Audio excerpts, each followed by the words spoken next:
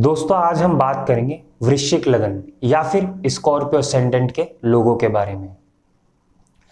जैसे कि मैंने अपने पहले वीडियो में भी बताया है कि लग्न क्या होता है, और ज़्यादातर लोग लग्न और जन्म राशि के अंदर कंफ्यूज रहते हैं। तो लग्न जिस समय हमारा जन्म होता है उस समय सूर्य जहाँ से उदय होता है यानी कि ईस्ट में, उस समय जो राशि उदय हो रही होती है वो हमारे फर्स्ट हाउस में सिचुएटेड हो जाती है और उसे ही हम लग्न कहते हैं। और वहीं अगर हम बात करें चंद्र राशि की, तो कुंडली में जिस राशि में चंद्रमा विराजमान हो उस राशि को हम चंद्र राशि कहते हैं। लग्न क्या है? लग्न एक स्ट्रक्चर है, एक रोड मैप है, एक मैप है जो हमें कुछ हद तक हमारे जीवन में, हमारे नेचर के बारे में, हमारी मैरिड लाइफ में, हमारे भाई बहनों के बारे में, हमारे पेरेंट्स के बारे में, हमारे इनकम के बारे में दर्शाता है।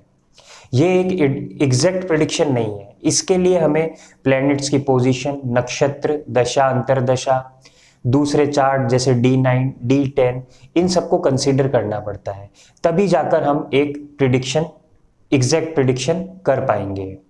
अब अगर हम वृश्चिक लग्न या फिर स्कॉर्पियो असेंडेंट की बात करें तो ये लोग होते कैसे हैं? इनकी बॉडी मस्कुलर होती है या फिर स्ट्रॉन्ग बॉडी देखी गई है। इन लोगों का नेचर एग्रेसिव होता है। ये लोग स्पोर्ट्स पसंद करते हैं या फिर फिजिकल एक्टिविटीज काफी पसंद करते हैं। इनमें यह देखा गया है ये किसी चीज से डरते नहीं है, या फिर ऐसा कह सकते कि ये बहुत करेजियस होते हैं। जो काम नॉर्मल इंसान इजीली नहीं कर सकता वो वृश्चिक लग्न वाले आराम से कर लेते हैं। इसी कारण इनका नेचर भी काफी डोमिनेटिंग हो जाता है। अगर ये किसी काम को ठान ले तो ये उसको करके ही रहते हैं। अगर आप इनसे किसी बात में जिदेंगे तो ये आपकी बात नहीं मानेंगे, और वहीं अगर आप इनसे कोई बात प्रेम से समझाएंगे तो वहां पर ये जल्द ही समझ जाएंगे। इसका मतलब ये लोग काफी साफ मन के होते हैं। अब अगर हम इनके सेकंड हाउस की बात करें तो सेकंड हाउस यहाँ पे धनु राशि यानी कि गुरु द्वारा रूल की जाती है। तो इनके परिवार में ज्यादातर ऐसा देखा गया है कि इनको धार्मिक संस्कार मिलते हैं, या फिर इनके पेरेंट्स जो होते हैं धर्म से जुड़े रहते हैं, वो लोग आध्यात्मिक होते हैं और वही सीख इनको भी देते हैं।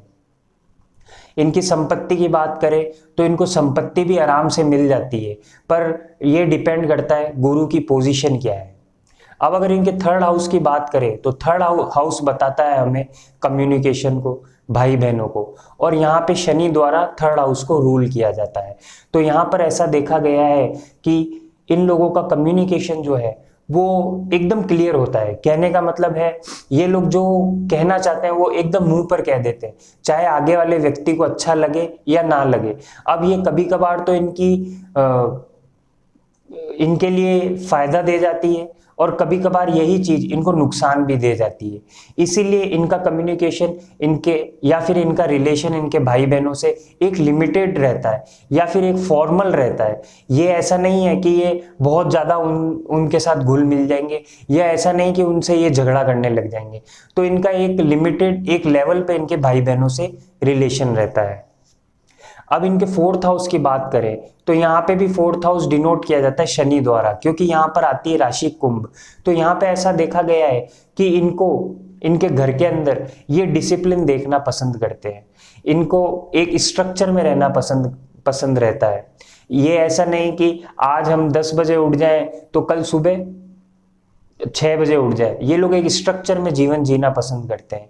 इसी कारण इनका कंस्ट्रक्शन में भी काफी इंटरेस्ट होता है।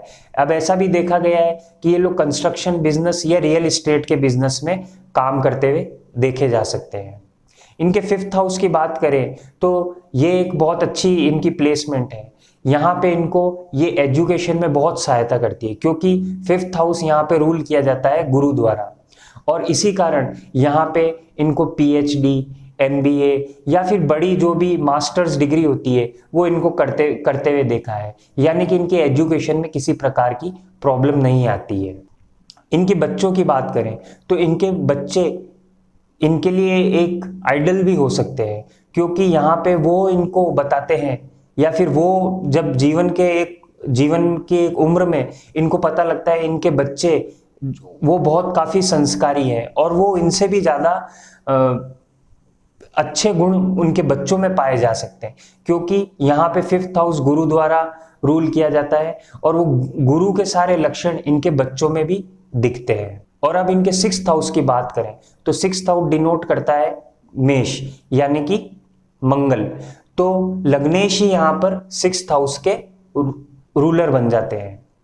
तो यहाँ पर देखा गया है कि इनके ऊपर भारी कर्ज, छोटे मोटे एक्सीडेंट और काफी शत्रु इनके जीवन में लगे ही रहते हैं या फिर इनको फेस करने ही पड़ते हैं, क्योंकि इनका नेचर होता है एग्रेसिव।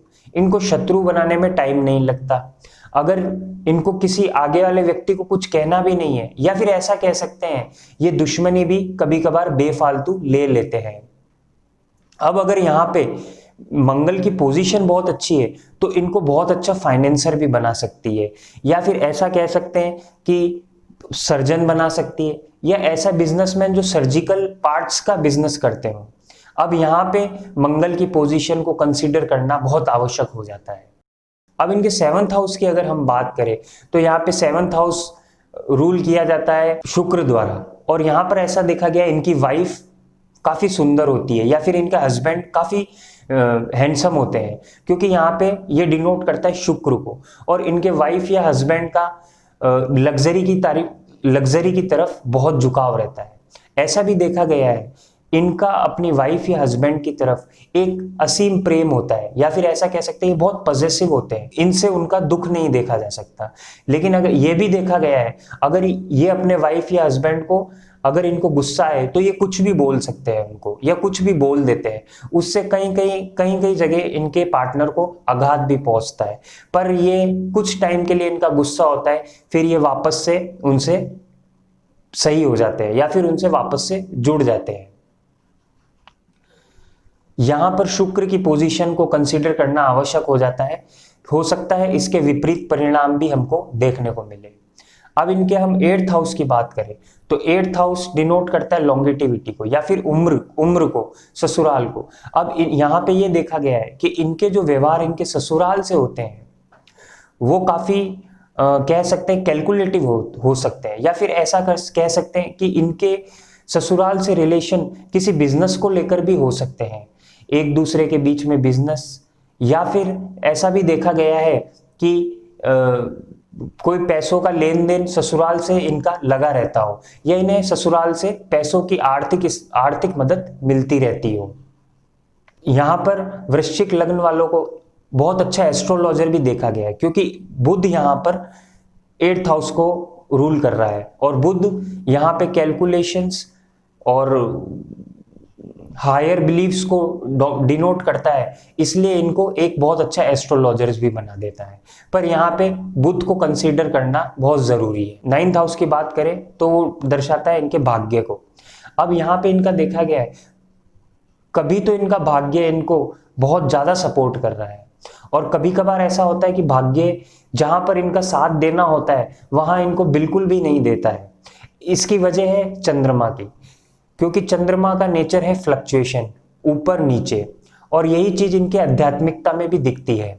अब अगर चंद्रमा की पोजीशन अच्छी है तो हो सकता है कि इनका भाग्य इनके साथ जीवन भर इनका साथ दे, और ना जो चीज इनको नहीं मिलने वाली होती है वो भी इनको मिल जाए। पर इसके अंदर चंद्रमा की पोजीशन देखना बहुत जरूरी है। अब अगर इनके 10th हाउस की बात करें तो 10th हाउस डिनोट करता है करियर को, कर्म को। वृश्चिक लग्न वाले जातकों के लिए ये एक बहुत अच्छी पोजीशन है। यहाँ पर ऐसा देखा गया है कि IPS officers, military generals, leaders, politicians, अनाज व्यापारी, real estate business, government employees, financiers, surgeons, या फिर ऐसे लोग जो वॉरियर्स हैं या फिर किसी का संबंध शस्त्रों से है, क्योंकि यहाँ पे 10th हाउस सूर्य द्वारा रूल किया जाता है, और क्योंकि ये मंगल सूर्य के सेनापति है तो इनको करियर में हरदम सपोर्ट मिलता है।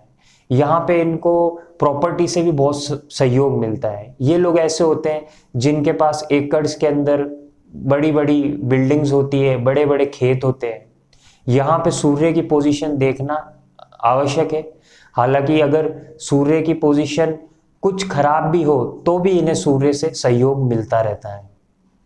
अब इनकी 11th हाउस की बात करें तो 11th हाउस डिनोट करता है इनकम को, गेन्स को, सोशल लाइफ को, फ्रेंड्स को, क्योंकि यहाँ पे बुध 11th हाउस का रूलर बन जाता है तो यहाँ पे इनको इनकम में हरदम फायदा तो होता ही है, क्योंकि 10th हाउस इनको सपोर्ट करता है।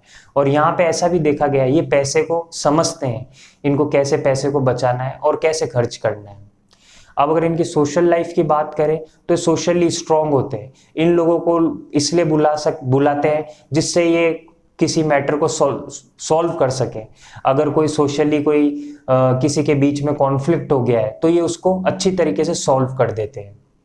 12th हाउस की बात करें तो 12th हाउस बताता है हायर बिलीफ्स को, स्पिरिचुअलिटीज को, मोक्ष को।